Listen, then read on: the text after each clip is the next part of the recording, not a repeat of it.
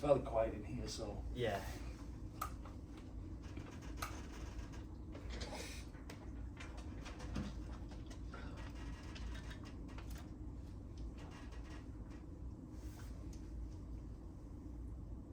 Alright, you guys ready? Yeah. How's good. volume?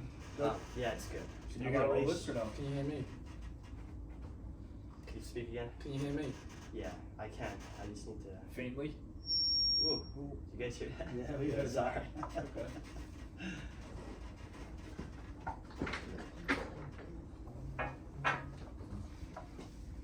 Yeah, but if you guys could just pass around the mic. We'll pass around, Just yeah. pass it around. All right. Talking. Yeah, we're gonna first open up with everybody just gives an overview about themselves. I mean, you know, where you're from and how you.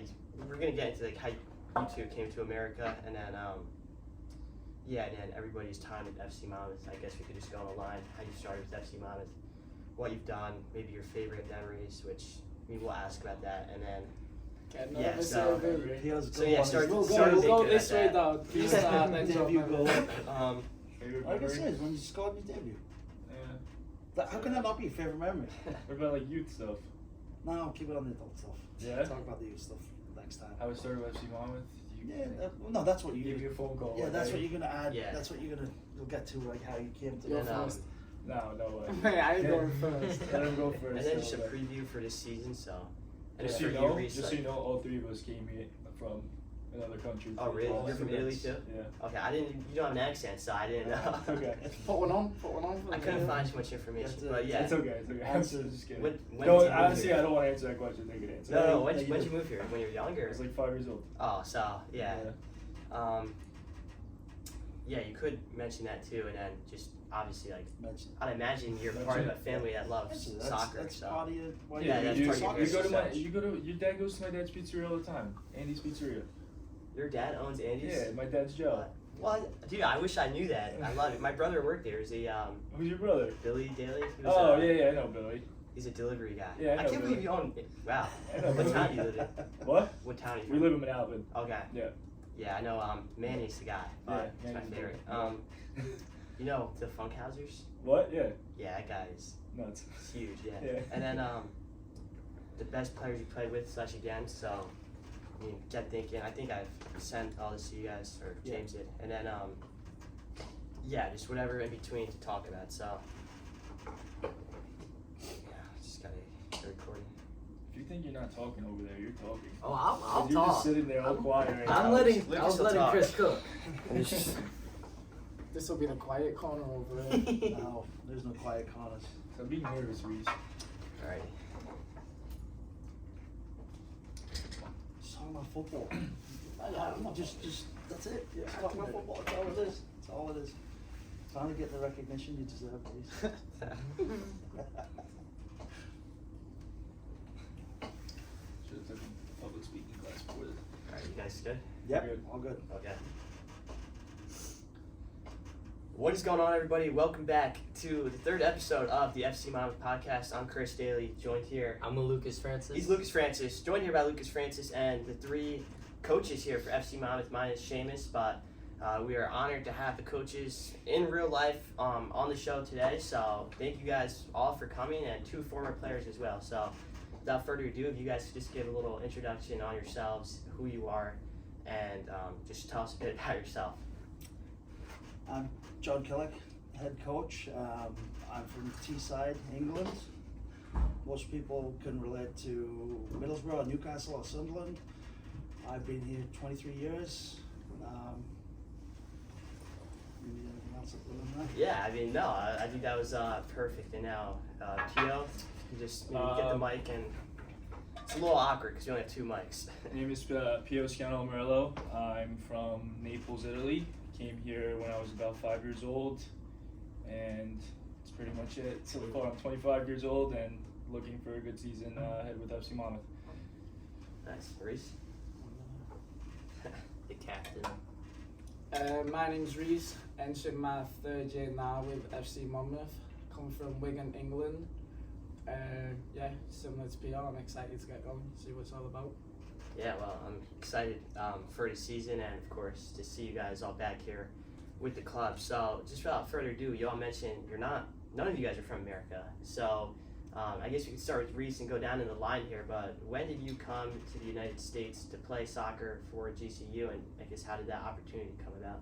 So I joined 5 years ago, so I entered my freshman year in 2019. Played 5 years there. So how it works is, so I had contacts out here anyway, so I just messaged one of those, see what schools were like good, was the best place for me, found the best fit, started speaking to the coaches, just went on from there, so like scholarship, all that stuff, majors, and that's it, just find what's best for you, find the best fit and just go ahead with it. Were you nervous at all to come to the US? It's a bit of a change of pace from Wigan to GCU. You're right, it is a change of pace. Is like nervousness, and you're also excited because it's just a whole new life, like new chapter. But yeah, nerves definitely. But you're settling fast because you're on the team. What was like the difference between like playing overseas and UK and just playing in America? I'd say college especially is fast. Like it's very fast. Like the way I describe it is similar to like a basketball game. Like it's constant up down. But yeah, I think that's the biggest one. It's definitely faster. Yeah, very nice. Now, John, for you, when did you come to the U.S.? I know you have a family here Long now time and ago, everything. yeah, So it's actually coming up 24 years I will have been here, so I spent more time in the US than I spent in England. I, like Reese, was exploring scholarship opportunities. I played in England, and I ended up taking a job to come over here, and then just got into the life, started working, met my wife, and here we are 24 years later. yeah. You know, but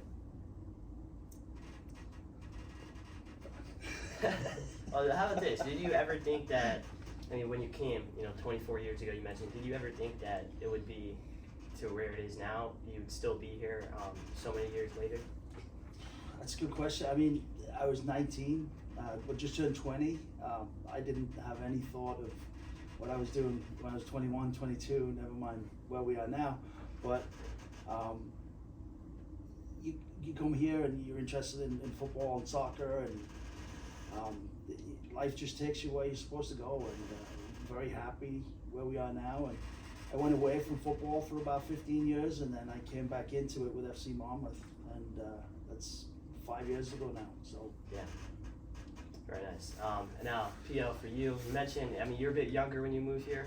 I just learned that P.O.'s dad actually owns my go-to pizzeria right around the corner from my house. So if you could just talk about your heritage, your family, and then, of course, the Naples pizza, I guess. Yeah, absolutely. I moved here from Naples, Italy, a small town in Naples called Monte di Brogida, when I was about 5 years old. My father used to be a cargo ship captain, so he used to sail all over Europe, all over Africa, and transport goods all across Europe, Africa, Asia, all those good places like that. And eventually he realized that that wasn't the life that he wanted to pursue. He wanted a better life for his kids. Also, he was away from home for a long time throughout the years, so he'd be gone for 9-10 months, and sometimes he would come home and me and my older brother wouldn't even recognize him. So he had to figure something out, and we had a lot of family already here when I was younger, so he thought the best option was to come to the United States and give his kids a better life. And we settled here, and he opened up his own pizzeria, and we've been here for about 20 years now. So Yeah. It's pretty much it, living the American dream. Like, what got you like into soccer? Like, were you always playing since you were little, or? So I actually did not like soccer up until the age of 8. The age of 8, it was about 2006, and we all know that was the greatest World Cup ever because Italy won, of course. No, but that World Cup got me liking soccer a lot. I used to always fight with my brother growing up. He's 9 years older than me, so being at home and him watching soccer games, and I wanted to watch cartoons when I was younger, we would always like fight. So when that summer came along, I just remember, I was in Italy for it, and I just remember like seeing the passion and just what it meant to the people, living through it every game, like in the piazza, and watching how people reacted and how how passionate they just were about it, and I kind of just fell in love. Like, I'll be honest with you, when they won it on the last penalty kick, I had no idea what was going on because I was still a kid. Yeah. I didn't even know it was the World Cup. I later on realized about 2 weeks later, after getting so obsessed with it, that we just won a major tournament. And I just remember my no-no and my brother. I remember the final penalty being scored, and my brother just getting up and started running to my nona's house, and I was just like, what's going on here? You had old guys flinging chairs and people jumping in fountains, and it was just an awesome experience. And I just knew then and there that I was obsessed with that sport because of the passion it brings. So yeah, That's pretty awesome. much it. I know you're probably a Napoli fan. I imagine I talk at Die Andy's, hard. about Napoli Die to hard. those guys. So Yeah. I guess what was it, last season? Last season, yeah. Kvaratskhelia and was you know, even. Napoli. So yeah, how was that? We're speaking of club teams and national teams winning. I mean, how awesome was it to see Napoli finally lift the trophy, especially after Maradona had passed away? It was definitely an amazing thing to see. I mean, especially when I started liking Napoli, which was about 2006. So my brother and my mom are Juventus fans, and my dad is a Napoli fan. So I kind of just went with what my dad liked. So he got me into Napoli. And in 2006, 2007, they were already on the come up again because they got relegated. They went bankrupt, went all the way down to Serie C, and then worked their way up. So we were in Serie B in 2006, 2007. And so I started liking them there, and then seeing them go from Serie B to Serie A and going from, over the years, 10th place, then 8th, then 6th, and playing Europa League and Champions League, and then finally winning, a league after 33 years is just like an indescribable feeling, and probably the best feeling ever. Just goosebumps I'm not all really around a talking Napoli about fan. it right now. Yeah, I mean that was just such a fun team to watch last Yeah. year, and Spalletti and everybody. Like that was just such a exciting attacking team. But now we could get into to John here, and you mentioned 5 years ago you joined FC Monmouth. So how did your opportunity with FC Monmouth come about, and why did you just take up this opportunity? So about 5 years ago, I was in the food industry, and I started working in the food industry, and I was coaching in the youth system with my own kids. And a friend of mine asked me if I was involved with the semi-professional team setting up in Red Bank. It was actually Stavros' brother-in-law, and then I didn't know anything about it at the time. I reached out, and long story short, they offered me a position. Now the coaching positions have been filled already, so they created equipment manager. So I started as equipment manager, and it was more for me personally to do, just to get back involved with the game at the adult level, because obviously we're involved with the kids. And then once the season started, I kind of found out how much I enjoyed it again, and being around the guys that were very similar level, very similar kind of abilities as what I was when I was back in England. Obviously it's 20 years ago at this point. I kind of realized what my passion was again, and I spent the time being equipment manager. It was very humbling, because when I was the same age as these guys, somebody was cleaning the laundry for me. I just walked into the locker room and my uniform was hanging up. I put it on and I go on the field, and the balls were there, the cones were there, and then finish, we'd get showered, we'd go into the clubhouse afterwards, and everything was just put on for you, and you just kind of, when you're in the moment, you just assume that happens automatically. You don't think about it. Fast forward 20 years, to me, putting the dirty socks in the laundry bag and taking the uniforms to the laundry and then hanging them up. So, like I said, when I said it was quite humbling, it was very nice to realize that somebody did that for me 20 years ago, and it got to the point where the guys would help to try and put the laundry in the bag, and I'm like, this is my job. You do what you do on the field, and then we'll take care of it. And then seeing Woods coach, Woods was phenomenal working with Woods. Brian was such a great character, such a good coach, and it kind of led me back into kind of wanting to get involved with the adult game again. And he made me assistant coach second year, and kiss raw. Yeah. Well, so like, what was it like then transitioning into like the head coach role, like going out on that first game day? Like, were you nervous or? It's a lot harder than I thought it was going to be, and that's you know, being the assistant with Brian for 3 years, I think, he took a lot of the pressure away from us. So as assistant coach, we would just get the guys ready to go, whatever the tactics were, the formation were. Woods would come up with the strategy, we'd kind of help implement it. When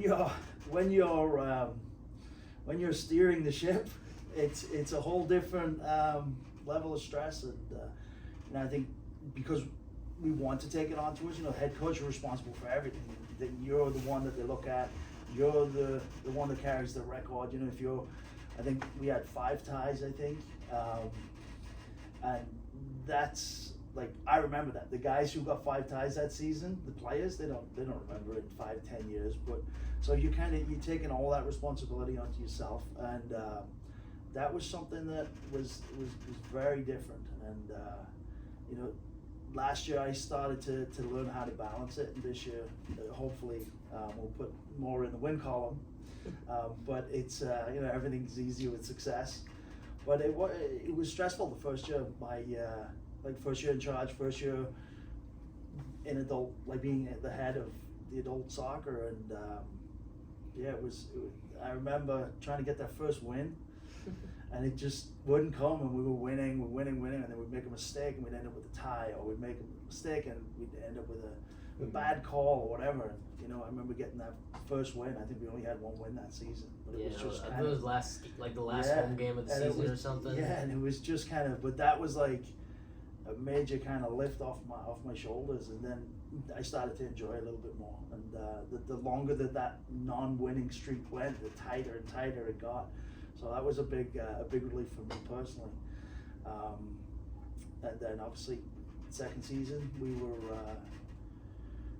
I think we were better on paper, absolutely better on paper, but we just didn't kind of reach our potential. So that brings a whole different level of stress. Yeah, definitely. And just before we get to Reese here too, one thing I noticed about FC Monmouth, and now that you're the head coach, I think you can appreciate it. Obviously, we're in the office, and it's something I know James is trying to work towards. It's like 1,000 people coming to the gates, but for at least for the Keystone, I feel like FC Monmouth always, and I've been supporting the team since actually it was first founded. I was a 6th grader, now I'm a senior in high school, so it's definitely been like my whole middle school and high school life has been a part of it has been FC Monmouth. So. How cool is it just to have so many fans coming to the stadium, especially for like a 4th division soccer team, and to be the head coach in front of such a great crowd? That is one of my favorite things, and it really is. And not for me. I don't want people to come and see like me and my team. That's not what I'm talking about. What I mean is like, and Reese and Pio will get this a little bit more. Is in England, we have that culture everywhere. So you go to, there's so many levels of professional teams that, you know, the 2nd division now, it used to go the 4th tier now is still professional.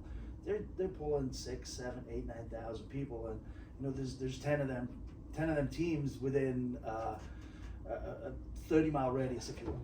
So the fact that FC Monmouth does a phenomenal job at this, and the fact that we're kind of getting a little taste of that, it does kind of remind you of what it feels like to be at home when people are, you know, the Saturday is they're going to get up, they're going to do whatever. 3 o'clock they go into the match, and then 5 o'clock they're leaving, and there's 5,000 people want to do that, and they're going to watch players that you'll never hear about.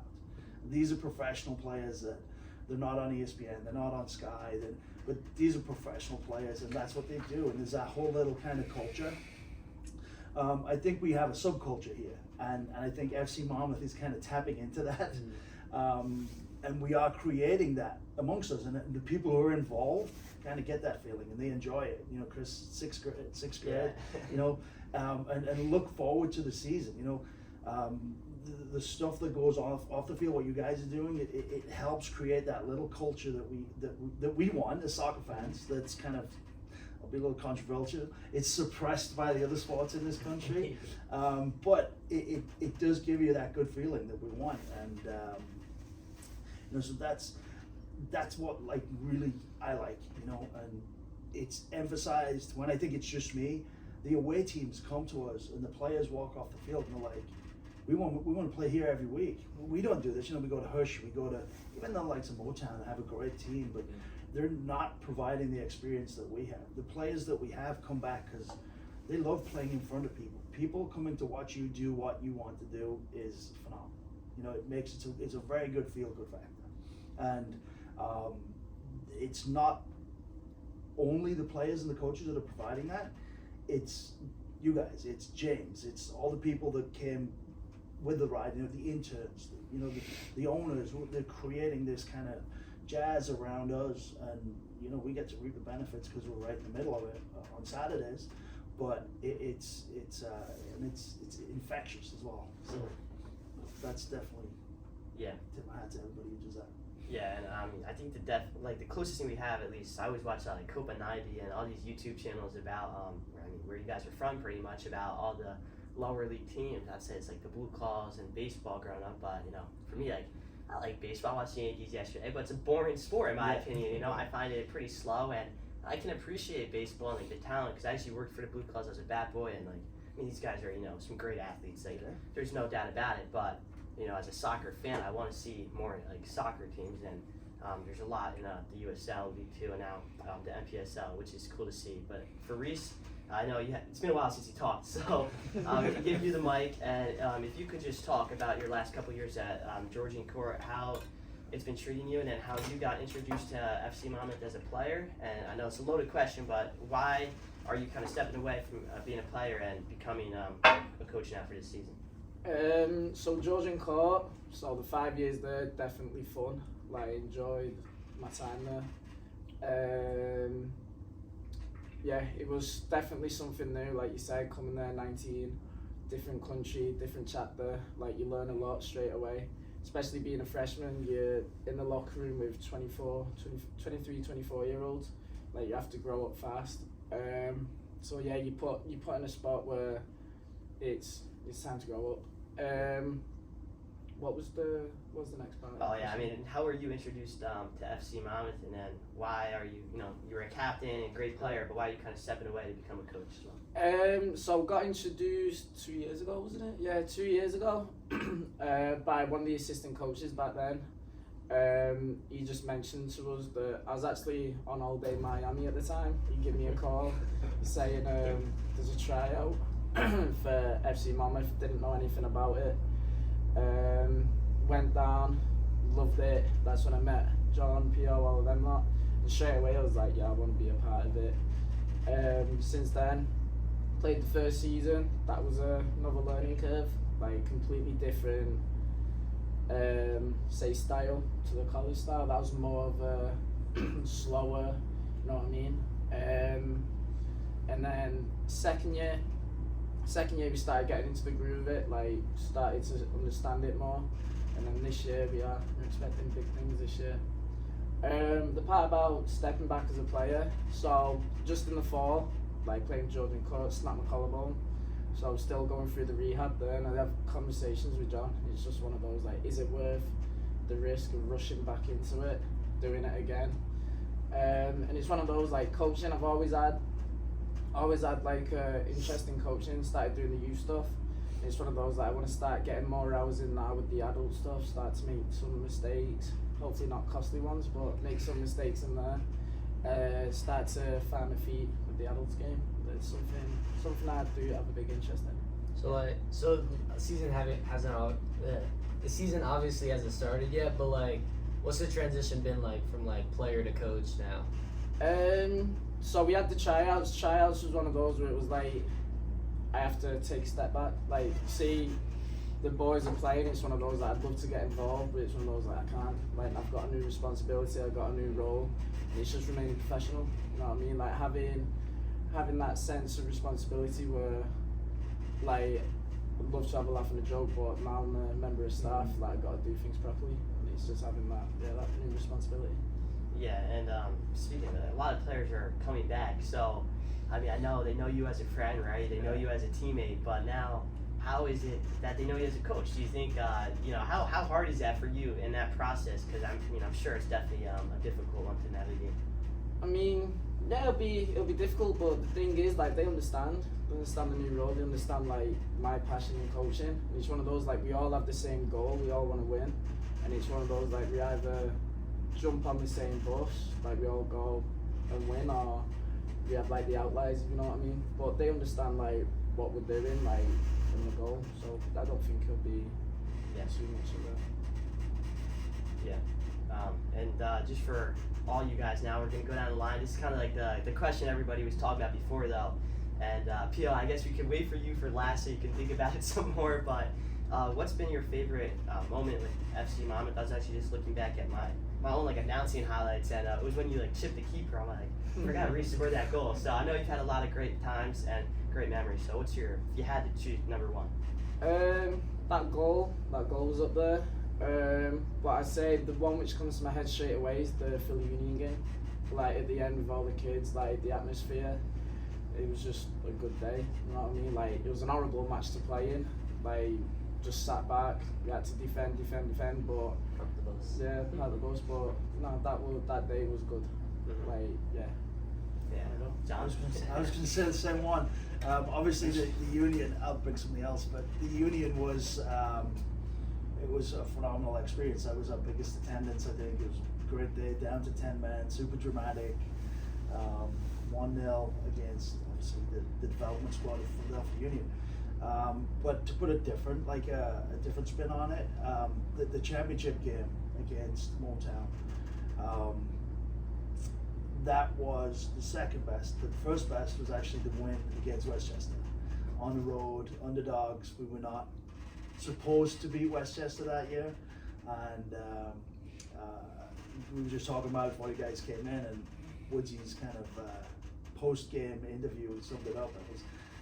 They asked what the difference was between Westchester and FC Monmouth, and he said we had Walter, and Walter scored 2 goals, I think, that game. And we kind of went all the way to Westchester, and I think we were late or lightning delay or something, I can't remember, but it was the semifinals, and we came out of that 2-0, and it was amazing, just winning that, getting past that semifinal and into the final. Unfortunately, Motown took us down again, but hopefully we're going to fix that this year. Unfortunately, I mean that's, I'm always hoping to beat Motown. I think that's kind of everybody's goal. Like From deep so down, close. yeah, deep down inside. I think we got a point against them one time, which was the first point we ever got against them. But to get 3 points against the national champions, and they've been to the national championship many times, U.S. Open Cup guys. So that would be nice. But Pio, what's your favorite memory? I know you scored on your debut. You had a good time. So Yeah, if you have to narrow it down. that would probably have to be my one, scoring in my debut goal against FC Torch in an 11-1 win.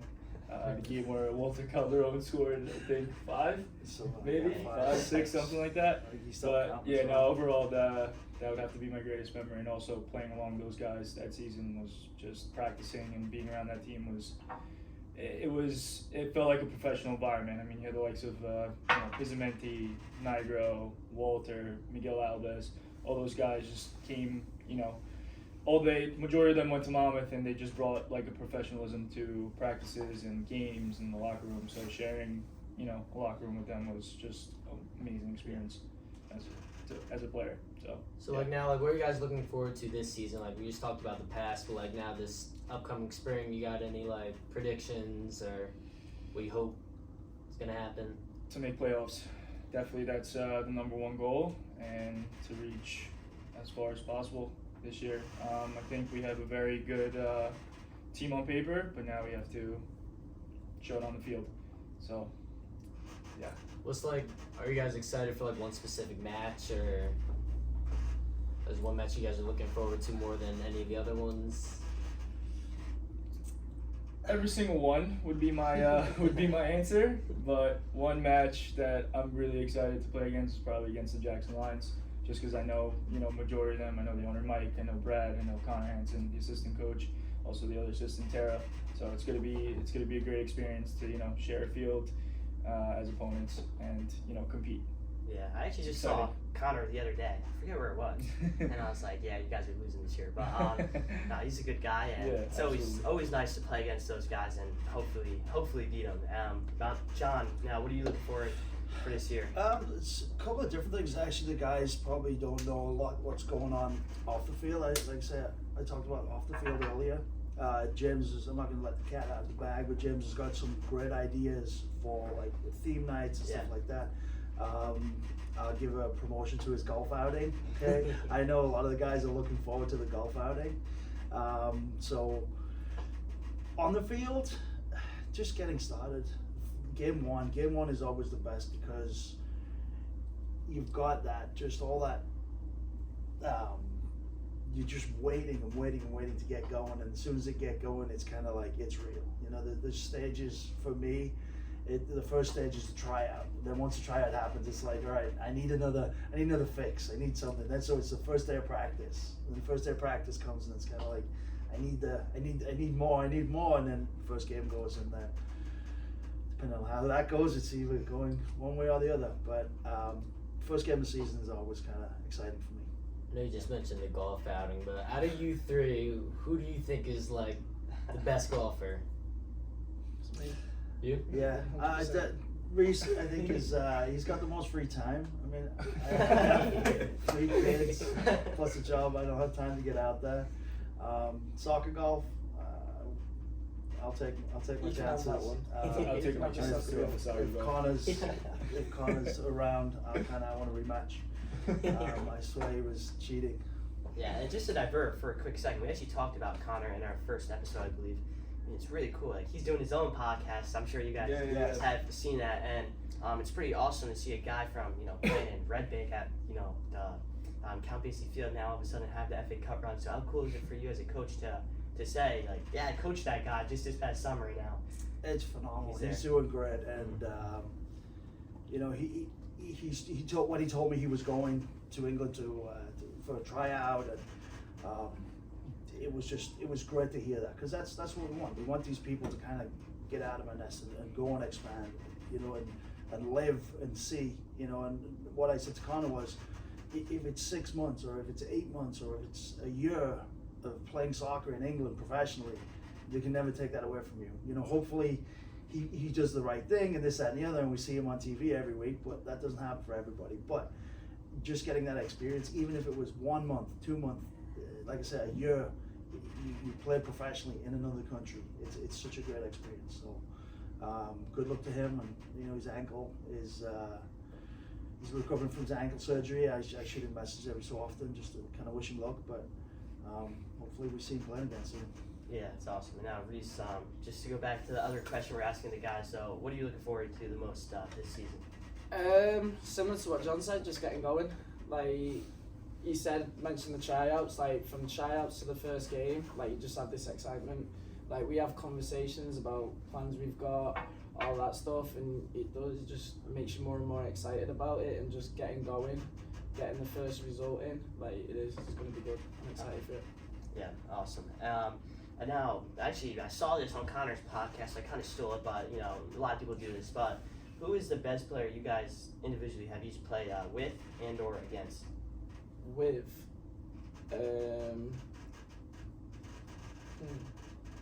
I'd say honestly a lad from Georgian Court. His name's Josh Buffington. Mate, he's very good. Like he's one of those players where, like he doesn't like football. Like he doesn't like soccer. He's just naturally talented. Like doesn't train.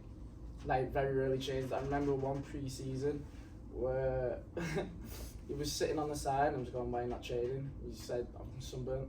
Can't train, I'm sunburnt. Like he loves his bowling. Like he'd just rather do stuff like that. But like naturally talented, Josh Buffington. Just get him to play for us. Hey, he doesn't like soccer. Yeah. Asked him to do it. What about played against? Played against. Ooh. It's a hard one. That's a tough one. Yeah.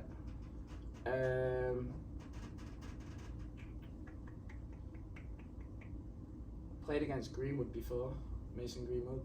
Played against him. Then probably. Yeah. We'll edit that one out. Yeah, I'm not. Yeah, Have I was fun about to beating say, that, I boys. don't want to be the guy. Have fun beating that one. Yeah. Yeah. There you go. And what was that? Wigan versus Man Man United? United, yeah. Dang, back in the day. It's pretty Yeah. cool. Tough to follow that one. Yeah, right. I was actually thinking about this with my son the other day, and where I played back in this a long time ago, so you probably weren't even born when I was playing. But the league that we played in, it brought ex-professionals after their career, and you know, guys who are going in and out of the game. And I'm just thinking that, you know, the most kind of successful player that I played with is a guy called Neil Bishop. He played for Blackpool in the championship and he had a 10-year professional career, and he was one of the guys that played on our youth team, and so I played with Neil for probably 2 or 3 years in the youth system. But it was good to see him at 25. I was in this country, but at 25 he had a 10-year professional career, so it was nice to see that. And my cousin was professional at Middlesbrough, and he was probably one of the best players that never happened that I played with.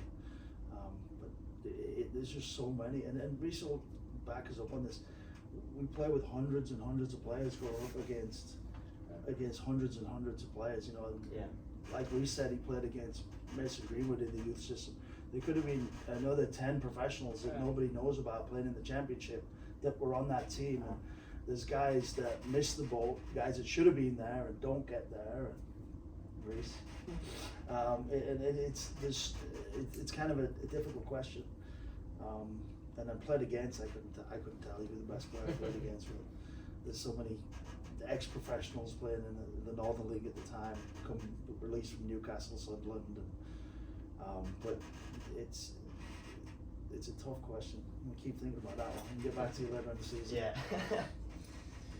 Pio, before you answer the Go ahead, question, did you play in college or? I did not. So I stopped playing when I was about right after high school. I played all 4 years for Manalapan High School varsity, and then dumb decision not to play and further my career in soccer. Unfortunately, I kind of fell out of love with it.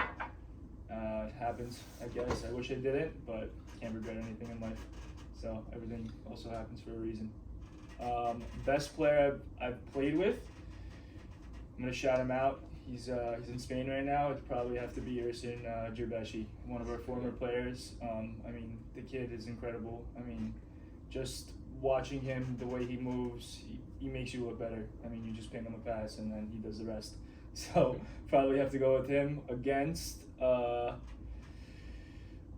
have to go with Pizzamenti, also another former player. I mean, fast, strong, gets underneath your skin when you're playing against him.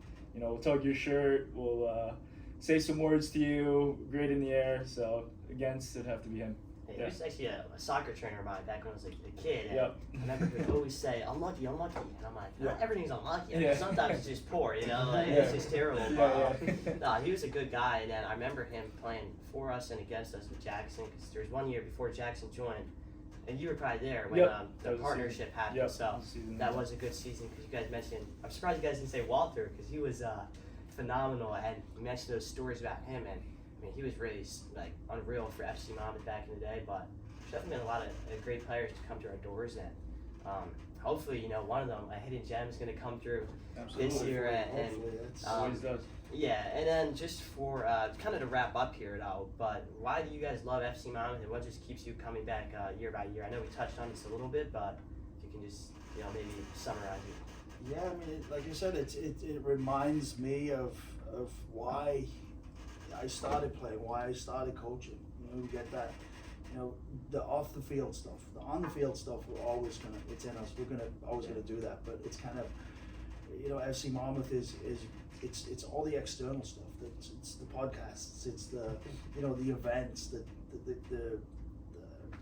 the kids that come to watch. And, you know, when I tell the guys that when they leave, I'm like, sign everything. And like, it doesn't matter, just sign everything. It means something to them, and it actually reciprocates to the guys as well. You know, they're looking to sign stuff. It's a good feeling. Somebody wants your signature. Somebody wants to take a picture with you. You know, that's what, you know. One something that jumped out last year real quick. Who was it had the sign? My favorite player, I Heart Reese, and had your number on that big sign in the There's a stand. lot of them. There's a lot of them. But you know, stuff like that, it means that Reese has impacted somebody so much that they want to make a sign and they want to come and they want to get a sign. So that's what makes me kind of enjoy it here. All those little things. Reese was a lot of the ladies holding up the signs. Yeah, that's it. Yeah. That's why we put him on staff. Yeah. Bring down the average age.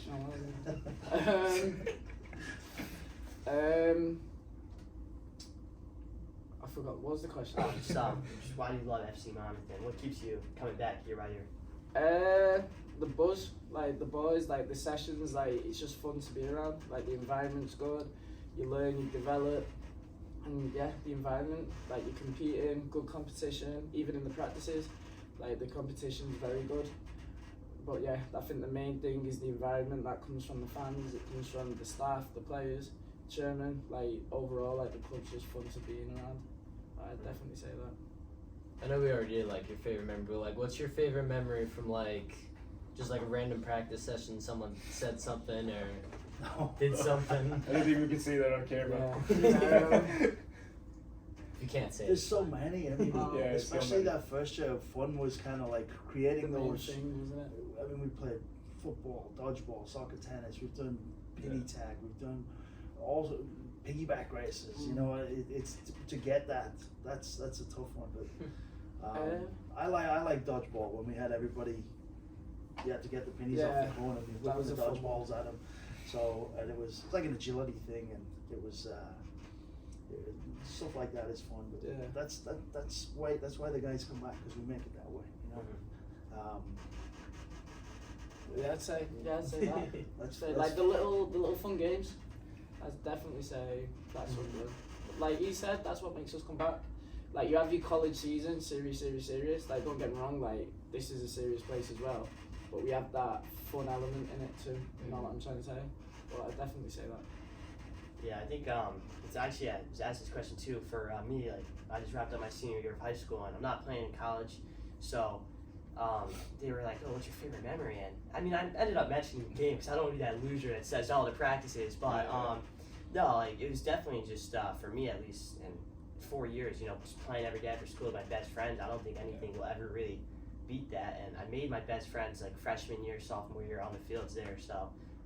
I think that's honestly like why this sport is so good too, is just, you know, playing like out in the street and playing with my brothers growing up. So I don't think anything really like tops that feeling. And yeah, I mean that's why, you know, this game is the beautiful game, so they say. But yeah, I mean that's all I have for you guys. I don't know if you have anything else to share or anything you want to say to all the listeners watching. Maybe if your mom or dad's watching somewhere, but You got something to say? yeah. I got nothing to say. nothing. It's Yeah.